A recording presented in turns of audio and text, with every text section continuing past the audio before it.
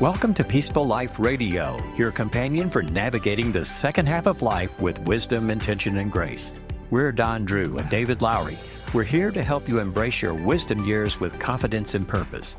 Now that the busy seasons of career, family, and fulfilling others' expectations are behind you, it's time to focus on what truly matters, your personal growth, relationships, and legacy.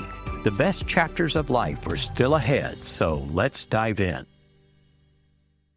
When I started reading this book, which was a while ago, I was a young mother and very overwhelmed trying to do everything. There was a pivotal moment where my mother had stayed over and was watching me run around like a crazy person trying to satisfy my 3 kids, get them out the door, get the baby dressed, and start my workday. I could feel her silent judgment of what was going on, that I was somehow was falling short. And I really felt like there needed to be a book that allowed the 2 generations to communicate with each other. That was Julie Halpert, an award-winning freelance journalist who's with us today on Peaceful Life Radio. Hello, everyone. I'm David Lowry. Welcome to the program. And with me today is my good friend, Don Drew. Don, how are you? I'm doing great, David. How are you doing? Listen, I'm rooting for the Thunder. I don't know when this program's going to air, but hopefully, if my prayers are answered, the Thunder will be the new champions. Yeah, we'll see. Either that or I'll be crying for the next year or so. But Don, tell us about our guest today, Julie Halpert. Absolutely, David. Julie Halpert is an award-winning freelance journalist with more than 3 decades of experience writing for many national publications, including the New York Times, the Wall Street Journal, the Atlantic, and AARP. She writes the second acts stories in the Wall Street Journal about those who have switched to new types of careers and passions late in life. She is also the co-author of Making Up with Mom, which focuses on generational differences between women and their mothers and how to resolve them. She has focused extensively on issues of aging, writing about the many ways that boomers are redefining retirement and reinventing themselves during this period of life. And today, we're fortunate to have her on Peaceful Life Radio. Her book is subtitled Why Mothers and Daughters Disagree About Kids, Careers, and Casseroles and What to Do About It, and explores the often complex and emotionally charged relationships between adult daughters and their mothers. Julie Halpert, welcome to Peaceful Life Radio. Thanks so much for having me. Julie, you wrote your book back in 2008, and we'll get around to what you've learned since then, but what led you to write Making Up with Mom? Was there a specific moment or experience that made you realize the book needed to exist? Well, the main thing when I started reading this book, which was a while ago, and by the way, I co-wrote this with Deborah Carr, who's a sociologist, but I was living it because I was a young mother and very overwhelmed trying to do everything. And there was a pivotal moment where my mother had stayed over and was watching me run around like a crazy person trying to satisfy my 3 kids, get them out the door, get the baby dressed, and start my workday. And I could feel her silent judgment of what was going on, that I somehow was falling short. And I really felt like there needed to be a book that allowed the 2 generations to communicate with each other. These generations now, it's different, I think, probably with the current generation of mothers and their mothers. But for my generation, which is the boomer generation, we were living very different lives and raising our kids in many ways in a very different way than our parents raised us. And there was often a lack of understanding, a lack of empathy that led to tensions between mothers and daughters. And I thought it would be amazing to have a book where a lot of women and their mothers could share their stories, and then we could have therapists and other professionals weigh in on how they could bridge that gap.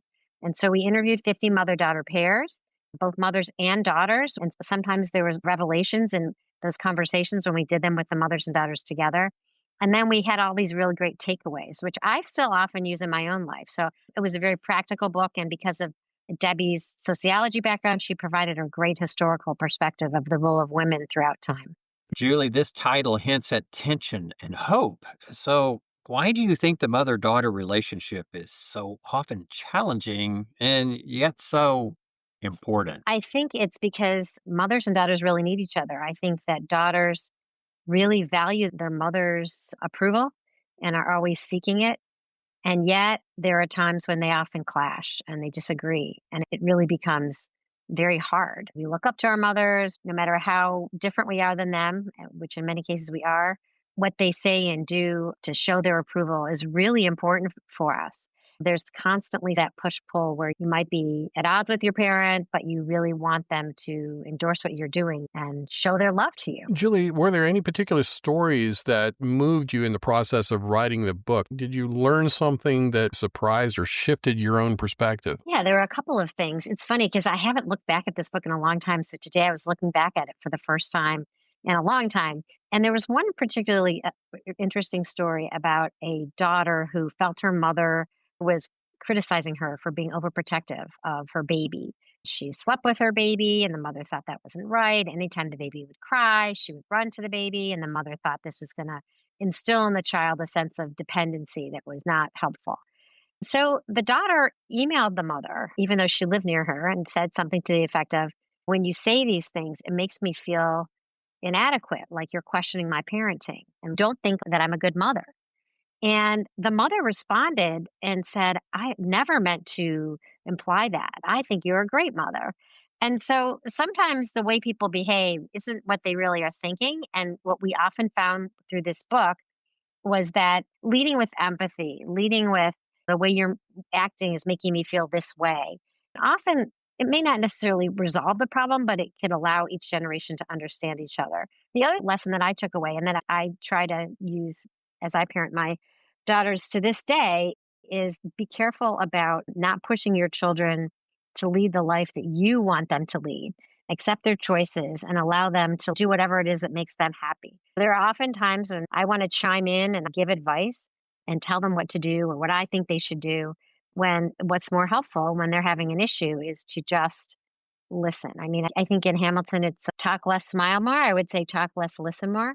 We all can benefit from really listening and hearing whoever is coming to us with a problem instead of just trying to jump in and solve it. Yeah, we had a guest on here a while back that talked about the importance of asking more questions. And I think that's really a big part of what you're saying. Yes, absolutely. Yes. Julie, when you spoke a moment ago, so many things came up for me about raising my own kids and my parents-in-law, my parents, and all the advice I got. I probably needed all of that advice, but at the time it didn't feel helpful. And these days I try to remind myself of just how it felt when I received all of that advice. My parenting days are over. I need to respect what my kids are doing. But one of the things that you mentioned that, I think you're a good mother. I think our children really need to hear that from us because they need all the help they can get, don't they? That's a really great point. And I will never forget, my mother rarely laid on the praise. Even though I knew she was proud of me, she just wasn't very demonstrative. There was one time when I remember she said, I think you're a great mother. And I think I nearly burst into tears because I hardly ever heard that. And I think that goes so far. I mean, the message can be delivered at any time, like when there's a time of self doubt or your child is really struggling with a colicky baby or feels a sense of guilt, which mothers often do, and they have lots of things to juggle, just to say, I just want to let you know, I think you're a great parent, a great mother, can be extremely valuable. And giving that unsolicited praise goes a long way.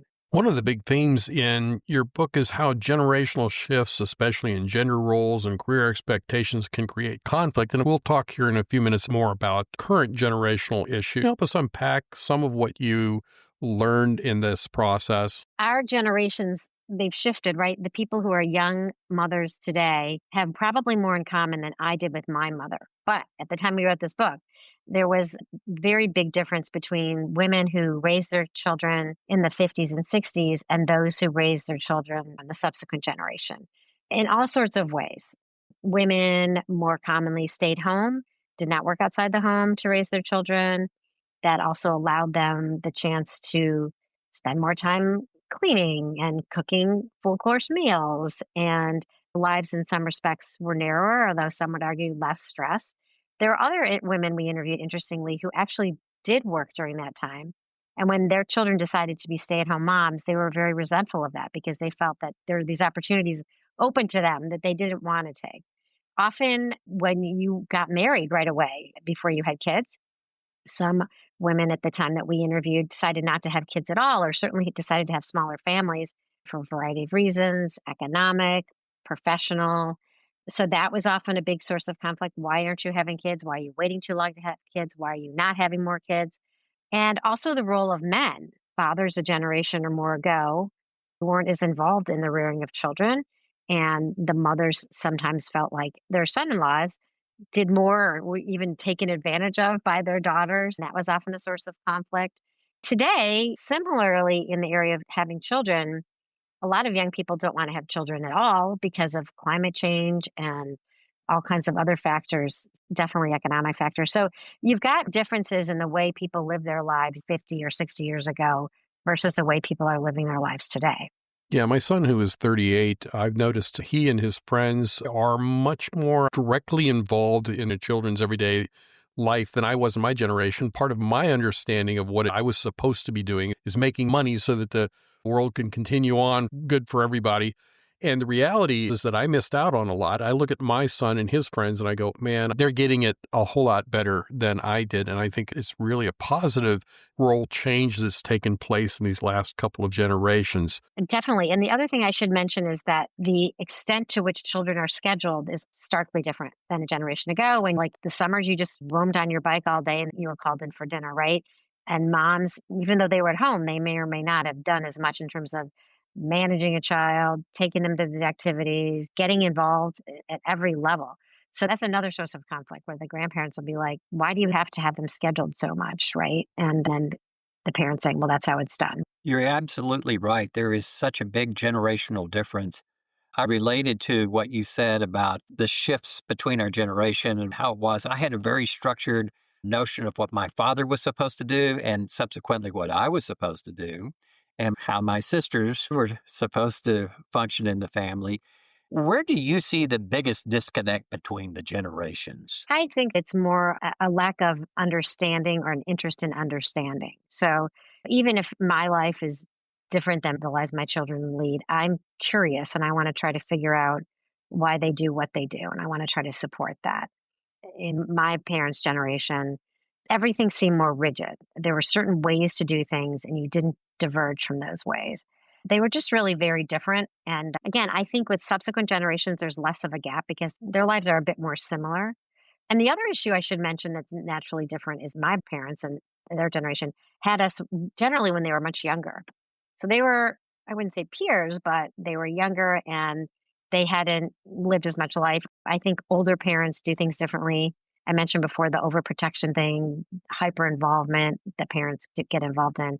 I wouldn't say it's just one thing, but there's a lot of judgment there. And I think where there's judgment, there's going to be conflict. Julie, when we first started talking, you mentioned that you don't consider yourself an expert on intergenerational relationships, and I want to honor that by asking you about your own experience. Your relationship with your mother has evolved since writing Making Up with Mom, and you've raised two daughters to adulthood. What have you learned or experienced that might help mothers and daughters who want to improve their relationship but don't really know how to begin the conversation? I would say that on both sides, with my own mother, she was unusual for her time in that she did work full time. She was a teacher, so she did have her summers off. And my father was very much a hands on father. He made our lunches, he took us to school, he was very involved, which is amazing. She was less demonstrative. And again, I always had a sense of needing to make sure I was wearing lipstick when I went to see her. She was very into how people look and your external appearance. She always felt like she knew what was right, didn't seem all that interested in learning from me. And she could be a bit judgmental. Interestingly, as I was writing the book, we learned from mental health experts there's something called the good enough relationship. I mean, there are some people whose parents are just toxic. And of course, you can't continue to have a relationship with them. But I learned to respect my mother for who she was. Her father was very difficult. Her mother was lovely, but she didn't get a lot of that love and affection from her father. So I began to understand the impact of that on her and that she really always wanted the best for us. And at some point, I stopped seeking her approval for things. And that was very freeing. She hadn't even really read my book, and then she was going to be interviewed about it for a local publication. It shocked me. She wasn't free flowing with the compliments. She would compliment us to other people when she was bragging about us. But there came a point in my life where I was just like, you know what? It doesn't matter. I have a wonderful family, a supportive husband. And so I'm not going to let this rule me. And in terms of my relationship with my daughters, I noticed the parts of my mother that I am like, which is I want to jump in and tell them what to do. I'm not always as much of a listener as I should be. So I try to really be very intentional in that. And somebody gave me this advice, say, do you want my advice or do you just want to vent? I've had my younger daughter say, thank you for just letting me vent. It's sometimes really hard to do, to hear somebody's problems and not be able to help them solve them, but sometimes that's what they need. So I'm very curious about them and their lives. I always say, I love you and I'm proud of you. If I don't say it verbally, I write them birthday letters once a year, which my mother actually started to do with us too. So I really try to make sure they know they're supported. And that's really the most important thing. Thank you for what you said about giving compliments to your kids, letting them know how proud you are of them. I think that's so important. My dad has been gone for quite a while now, but one of the things I remember when I think of Dad is him saying how proud he was of me. How many times did he say that? I don't really know, but it's stuck with me. Some people call it the blessing. When a parent blesses their children by saying, "Hey, you're great. I really respect you. That's good." You also mentioned something about advice giving. There's something so appealing about being asked your opinion about something, and we almost always want to take the bait. But I've come to a different opinion about that. One of my sons is a CFO for a big corporation, and the other one is a programmer. He went to Berkeley. And he doesn't really need my advice. I just say, you make decisions as good as I do. Do what you think you ought to be doing and just know I'm behind you on that. Hearing you talk about this brings that up for me. Yeah, my younger daughter's a journalist. Until very recently, she was sending us her articles to read, and I'd be like, "Yeah, you have this. You're a professional journalist now. You don't really need me to look at your articles anymore. You got this." But sometimes that's what they need to hear. Well, they never really get away from not needing us to love, respect, and to brag on them and to be, "Hey, I got your back," and all of that. But I have found that if you were to really give in and say, well, you might have used this different voice or added these sources, you might find out how quickly they'd turn on you. Yeah, they generally don't need our advice, do they? Right. So, Julie, looking at the book, like I said, it's been a few years since you wrote Making Up with Mom. If you were to revisit writing that now, what new themes or generational dynamics do you think you might explore in today's? Well, I would say the most important thing is technology, the impact of screens and technology and relationships. Again, it's pretty neat that a lot of older parents do text and use FaceTime. And honestly, it's probably brought them close to their children and grandchildren if they don't live locally. But that has revolutionized the way people live their lives. It was just starting to blossom when my kids were really little. We didn't have to deal with phones, texting, access to the internet. That really has revolutionized how people live their lives and how people parent and draw boundaries. And I can only imagine the rifts it must create between the adult children and their parents. I remember being astounded when I would see a parent taking a kid a coffee and they're on their phone and the kid's right there in the stroller. Like, oh my gosh, you're missing this moment. But they're natives with this technology. Also, the challenges that young adults face, it's hard for them to purchase a house. There's job instability. We have a whole host of other much more challenging factors now. We have rampant gun violence, climate change, and a very divided political environment where people can't really often speak civilly to each other. There seems to be so much division. All those things really factor into how you parent your kids, whether you decide to have a child, in a way that none of that really existed when I was a young mother. Julie, have you heard of this term called no contact? Parents who are facing this problem of no contact because of the stress of intergenerational communication is so tense that some families are saying, I'm not going to have anything to do with you anymore. It's a great question. Sometimes it was the case with people who had different cultures, like immigrants raised a certain way, and then they try to impart that on their children who were raised in the United States. This is a really sad situation, and it's definitely something that should be navigated with the help of a mental health professional because it is a pretty drastic move. And obviously, there's a lot of major issues at play there. So, my advice would be to get the advice of somebody who specializes in this to figure out how to proceed. Sounds like great advice. Julie, you've had tragedy in your life. Talk to us about that and tell us what we need to know, especially as it relates to Garrett's space. Why is that so important to you? My husband and I lost our son Garrett to suicide in 2017 when he was 23 years old. It's the worst thing a parent can ever endure. And we were really trying to figure out how we were going to go on. There was a huge gap in treatment for young adults who are struggling with mental health issues. And so we have created and are literally in the process of building a non-medical residential center where young adults ages 18 to 28 can come for short stays in a beautiful natural environment, healing environment and gain coping strategies on how to live in what is a very hard world, and also get support from peers and be with others who are experiencing similar challenges and get hope that they're not alone in their struggles and that they can heal and learn how to live a full life. We started this officially as a nonprofit in 2019. We purchased land on 76 acres just outside of Ann Arbor, and we literally just broke ground on it. We also have been running virtually since COVID wellness programming where young adults meet for mood and movement activities in a support group with peers, and they are finding a community they never found before. It exceeded our wildest expectations in so many wonderful ways. We hope to make this a model. We hope to have a Garrett space someday in Oklahoma and Tennessee and Chicago and all over the world, because this is a model that really is just common sense. There's such a dearth of support options now for young adults who are facing innumerable challenges.